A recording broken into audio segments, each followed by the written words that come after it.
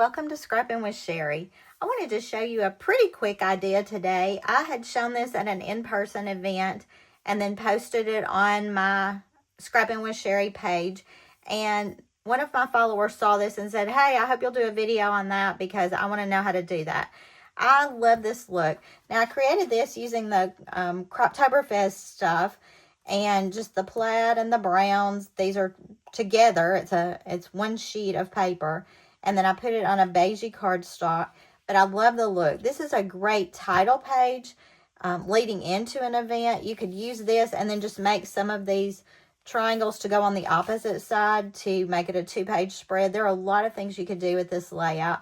But this was the first one that I did. And I just wanted to share that with you. Now, for the layout today, I'm going to be using these papers. And they are from Grateful Harvest. That's our newer fall collection. And I'm planning to use this orange for my background. Now, that may or may not happen. I didn't really need this. And I do love the orange. I love it with these. So I'm going to set that aside because it may or may not work for my background. But the thing you've got to remember when you're choosing your paper to do this layout is you need a really high contrast between the front and the back. You don't want something that's going to have to be directional because when you start folding, some things are going to be upside down. But you do want to see that big contrast. Now, I'm only going to be using my 12-inch trimmer for this.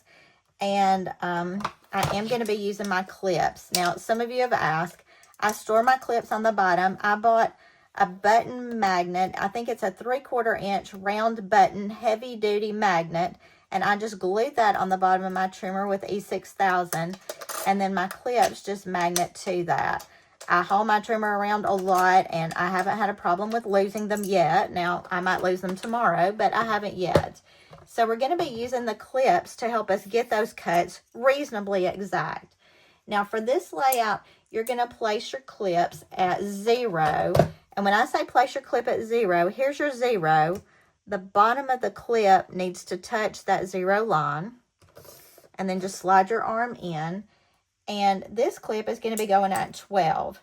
And again, your 12 is here. The top of this clip is going to hit your 12 line.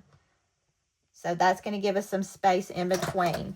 Now, if you notice, when I push this housing all the way up, we've still got an inch space right here. And that's why I'm doing that clip. I'm creating a 1-inch border on my paper so I can cut it without having to look at that over and over and over again. So here's what I'm going to do. Because I'm going for a 1-inch border, I'm going to line my paper up at the 1-inch mark here. And I need to push my paper all the way to the top every time. There's some play here, so if you move it to the bottom at any point in time, it's going to totally change your measurements. So push it to the top at 1 inch and just cut from clip to clip. Then rotate your paper, push it to the top, cut from clip to clip. Guess what you're going to do? Rotate, push it all the way to the top, 1 inch on the right side, clip to clip. And then one last time we're going to do that.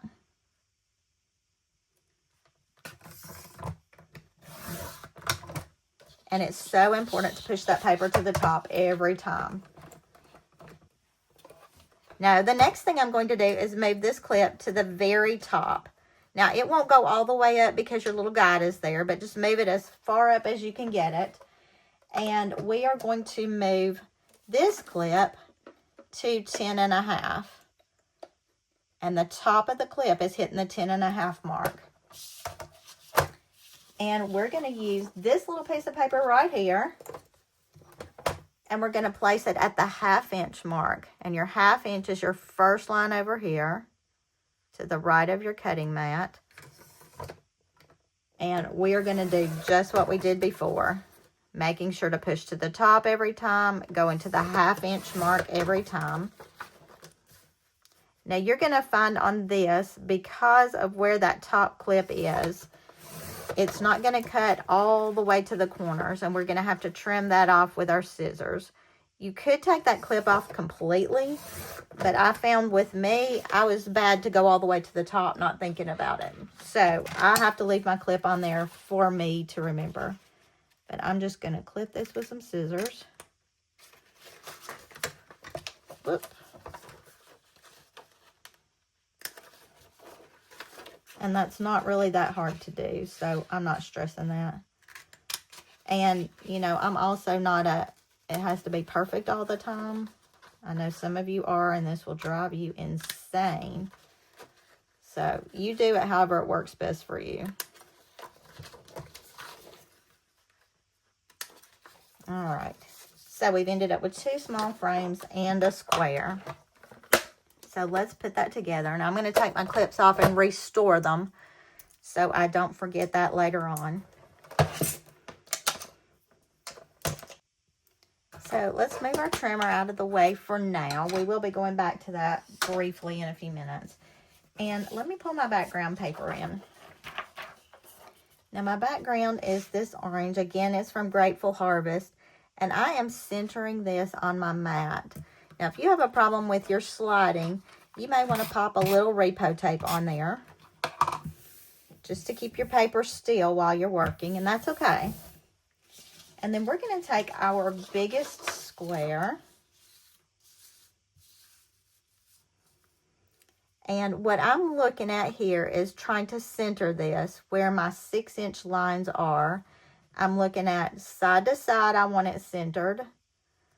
That 6-inch going out the sides. And I also want it centered up and down on my 6-inch marks here and here. And that's why I felt like it was important to pull your mat out. Now, if this is not exact, you probably are going to notice it if you're a real picky person, but I didn't get my ruler out and measure it or anything, and it worked okay for me. Now, here's what we're going to do for taping. We need this to go down, but we don't want to pick it all up again and try to redo it. So I am using my repo tape, and I'm just going to run my repo tape, and you can see I got it really crooked, so I went off some. But the good thing about the repo tape is it just rubs off. And what we're taping are just these sides that are on the paper. Not our corners, not what's hanging off. And as usual, I ran out. Clean out the housing. Fortunately, I saw that coming and I was ready this time. So we've got that one done. And I'm just going to flip this, run some tape down through here. Kind of let it fall and check my measurements again, and I'm still good.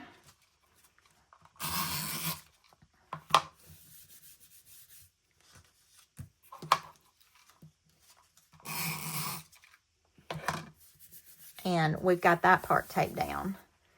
So the next thing we're going to do is take this little square, and we're going to kind of center it on what we've got going on.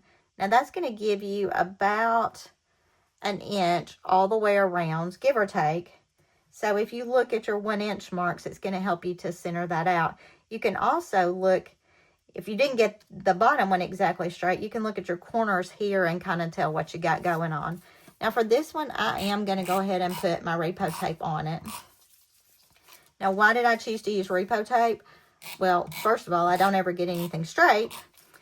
But the repo tape is just easier to rub off if you get it in the wrong place and you need to go back and fix it up a little bit. It doesn't mar your paper as badly. So I'm looking at side to sides. Kind of getting that straight. I'm looking at top to bottoms, trying to get that kind of straight. And I can tell I've got more spacing here. And that's probably just because my bottom square is a little off. So I'm going to play around with that just a touch. And here again, if you want to pull out your 0 centering ruler and make this work exactly for you, go right ahead. But it will shock me if your cuts are exact however you slice it. Now look, that's pretty good. There's a little bit less space here than here, but I'm okay with that. And then what I'm going to do is go back and put this piece right back into the center. Now remember, this is all one piece of paper except the background. But what you're going to find is the way you cut it, like I can tell some of my lines are not exactly even. So you want to kind of work this around until you find the way that it fits best in the opening. covering up most of your background. And that one looks like the best fit to me. So I'm just going to put some repo tape on that pretty liberally. We're covering back that opening. Okay, we're almost through with this. So we've done that. Now, after everything is taped, here's what we're going to do. Now, remember, I added repo tape on my mat to keep that from sliding, so I need to rub that off. Rub it off my paper as well so it doesn't start sticking to everything.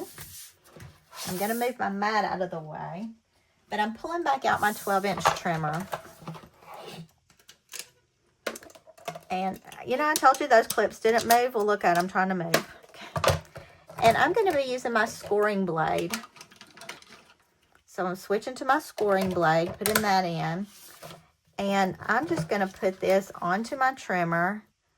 I'm lining my paper up right along that cutting edge.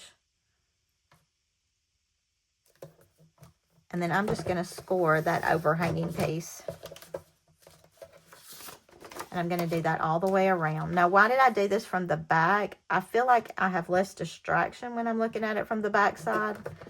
So to me, that's easier to do. If it's not easier for you to do that way, then do it from the front. But when I looked at it from the front, it's hard for me to see exactly where the paper goes all the way down.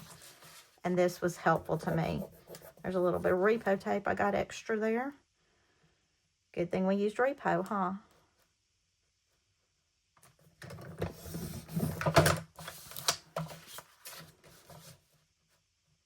Now, when I did this at my in-person event, I was so pleased by how many people tried this and the variations. They were just gorgeous.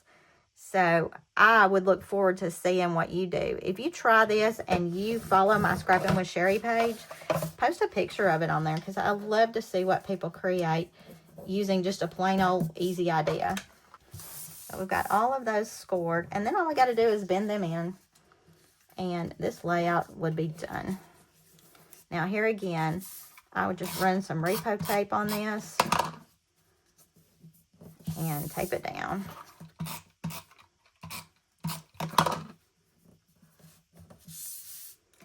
Now you see why you need some high contrast paper.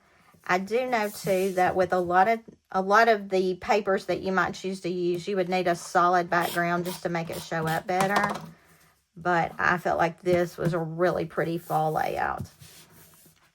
And that one is done. Now, if you'll notice this one, I did add a big embellishment here, but if your corners don't look good, stick an embellishment on the side. You could put 4 pictures in here pretty easily with an embellishment in the center. There are lots of things you could do. And look at this. I'm just laying these side by side.